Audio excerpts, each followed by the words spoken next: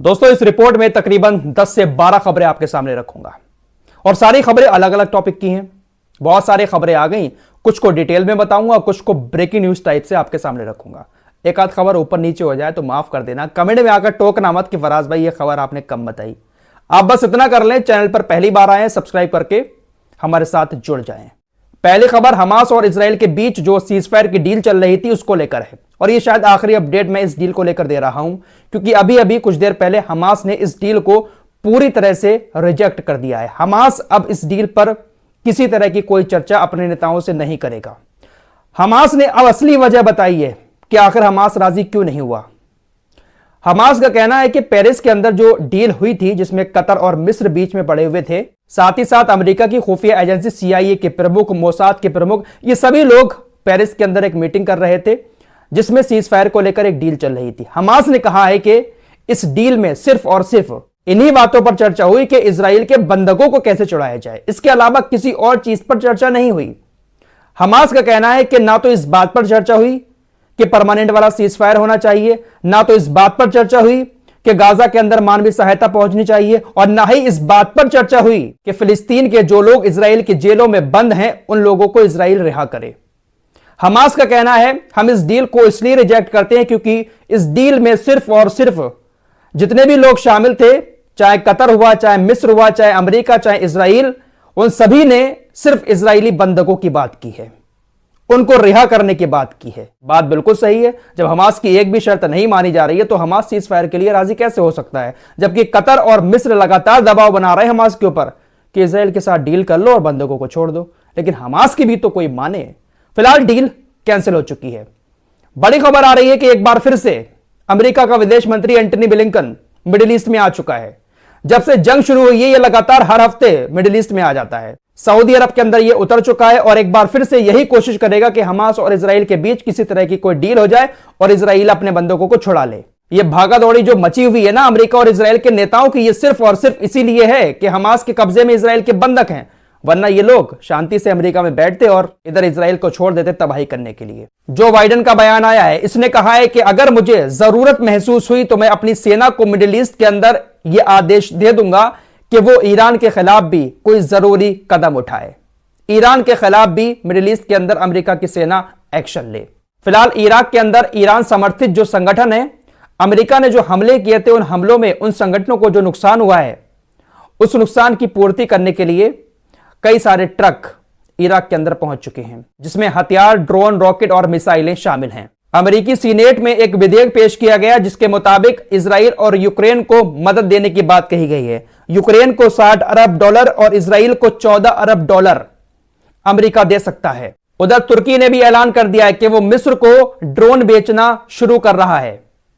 बहुत सारे ड्रोन तुर्की के अंदर बनाए जाते हैं और तुर्की अब मिस्र को ड्रोन देगा, लेकिन मिस्र ड्रोन ले ही क्यों रहा है जब उसका कुछ करना नहीं है। मिस्र की सेना तो पूरी तरह से अमेरिका और इजराइल के ऊपर निर्भर है। ईरान ने एक बार फिर से गाजा के लोगों के लिए तीसरी मदद की खेप भेजी है, जिसमें बहुत सारा खाना, दवाइयां और जरूरत की सामान है।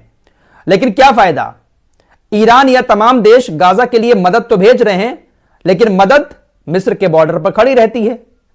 मिस्र वाले इजरायली सेना की इजाजत का इंतजार करते हैं कि इजराइल की सरकार और इजराइल की सेना इजाजत दे तो ट्रकों को अंदर भेजा जाए। अभी 2-3 दिन पहले ही आपको बता चुका हूं कि तकरीबन 600 से ज्यादा ट्रक इजिप्ट के रफा क्रॉसिंग पर खड़े हुए हैं, जिसमें खाना और दवाइयां हैं। बहुत दिन से खड़े हैं, खाना भी बेकार हो चुका है, दवाइयां भी बेकार हो चुकी हैं, तो ईरान ने ये जो खेप भेजी है ये भी वहीं पर खड़े खड़े बेकार हो जाएगी। पॉलिटिको की रिपोर्ट के अनुसार अमेरिकी राष्ट्रपति जो बाइडेन ने इजरायली प्रधानमंत्री बेंजामिन नेतन्याहू को बुरा आदमी कहा, लेकिन व्हाइट हाउस ने इस दावे को नकार दिया। व्हाइट हाउस ने कहा कि नहीं भैया, हमने ऐसा कुछ नहीं कहा है। लेकिन पॉलिटिको की रिपोर्ट कोई छोटी मोटी रिपोर्ट नहीं होती है। जो बाइडेन ने कहीं ना कहीं यह बात जरूर कही होगी कि नेतन्याहू बुरा आदमी है। रूस के राष्ट्रपति व्लादिमीर पुतिन बहुत जल्द तुर्की का दौरा करने वाले हैं। यूक्रेन और रशिया की जंग के बाद तुर्की पहला ऐसा नाटो का देश है जिसके दौरे पर रूस के राष्ट्रपति व्लादिमीर पुतिन जा रहे हैं। पिछले 2 सालों से रूस और यूक्रेन के बीच युद्ध चल रहा है, लेकिन अभी तक किसी भी नाटो देश के दौरे पर रूस के राष्ट्रपति इसलिए नहीं गए क्योंकि इंटरनेशनल क्रिमिनल कोर्ट ने रूस के राष्ट्रपति व्लादिमीर पुतिन के खिलाफ अरेस्ट वारंट निकाला हुआ है। तो रूस के राष्ट्रपति को डर था कि अगर मैं नाटो देशों में जाता हूं किसी यात्रा पर तो हो सकता है कि अमेरिका के कहने पर मुझे अरेस्ट कर लिया जाए। लेकिन फिलहाल पुतिन तुर्की जा रहे हैं, लेकिन इंटरनेशनल क्रिमिनल कोर्ट ने तुर्की को इस बात के लिए मजबूर नहीं किया है कि आप राष्ट्रपति व्लादिमीर पुतिन को हमारे हवाले करें या उसको पकड़वाने में हमारी मदद करें, इसलिए वो तुर्की दौरे पर जा रहे हैं। इंटरनेशनल क्रिमिनल कोर्ट ने रूस के राष्ट्रपति व्लादिमीर पुतिन के खिलाफ सिर्फ 7 दिन के अंदर अरेस्ट वारंट जारी कर दिया था, यह आरोप लगाते हुए कि रूस के राष्ट्रपति व्लादिमीर पुतिन ने यूक्रेन के अंदर नरसंहार किया है।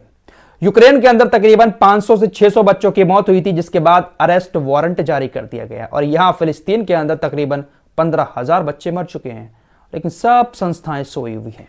पाकिस्तान की भी एक खबर आपको बता देता हूं। पाकिस्तान के अंदर इसी महीने चुनाव होने वाला है और चुनाव से पहले लगातार एक के बाद एक हमले हुए जा रहे हैं। पश्चिमी पाकिस्तान में आज एक पुलिस स्टेशन पर खतरनाक हमला हुआ है और उस हमले में 10 पुलिस वालों की मौत हो गई है। इस हमले को उग्रवादी हमला बताया जा रहा है। यार, देश कोई भी हो, लेकिन चुनाव से पहले ऐसे हादसे हर देश में ही होते हैं। आयरलैंड के राष्ट्रपति ने इजराइल की आलोचना करते हुए कहा कि आपको तुरंत गाजा के अंदर सीज फायर करना चाहिए, वरना आप दुनिया के सामने सम्मान पाने लायक नहीं बचेंगे। आयरलैंड के राष्ट्रपति ने तुरंत UNRWA की फंडिंग को रिलीज करने की भी अपील की। इजराइल को आयरलैंड के राष्ट्रपति की यह बात इतनी बुरी लग गई कि उसने अपनी उड़ानें ही आयरलैंड से रोक लीं। कोई भी फ्लाइट अब आयरलैंड के लिए इजराइल से नहीं जाएगी। तालिबान की फाइनेंस मिनिस्ट्री ने एक बयान जारी किया है कि जब से अफगानिस्तान के अंदर हमारी सरकार आई है, तब से तालिबान के अंदर भ्रष्टाचार शून्य हो गया है। तालिबान के अंदर किसी तरह का कोई भी भ्रष्टाचार हमारी सरकार आने के बाद नहीं हुआ है। खबर आ रही है कि जॉर्डन और डच वायुसेना ने गाजा के अंदर 2 बड़े बड़े हेलीकॉप्टर के जरिए बॉक्स गिराए हैं और उन बॉक्सों में दवाइयां और कुछ खाना है। दोस्तों, इजराइल के एलियट का नाम तो आपने सुना ही होगा। अक्सर मैं अपनी वीडियो में कहता रहता हूं एलियट बंदरगाह पर हमला हुआ। जब से एलियट बंदरगाह पर इस्लामिक रेसिस्टेंस ने, हिजबुल्लाह ने और हुतीज ने हमले करना शुरू किए हैं, तब से वहां पर कोई जा ही नहीं रहा है। यह एक ऐसा इलाका है जो बहुत ज्यादा खूबसूरत है।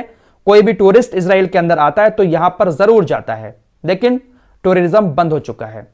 अब इजराइल ने ऑफर निकाले हैं कि आइए हमारी एलियट पर घूमने आइए, हम आपको कैशबैक देंगे, हम आपको भर भर के कैशबैक देंगे। अगर आप होटल बुक करते हैं, कुछ खाते पीते हैं, यहां पर एक्टिविटी करते हैं, तो उसमें भर भर के आपको कैशबैक मिलेगा।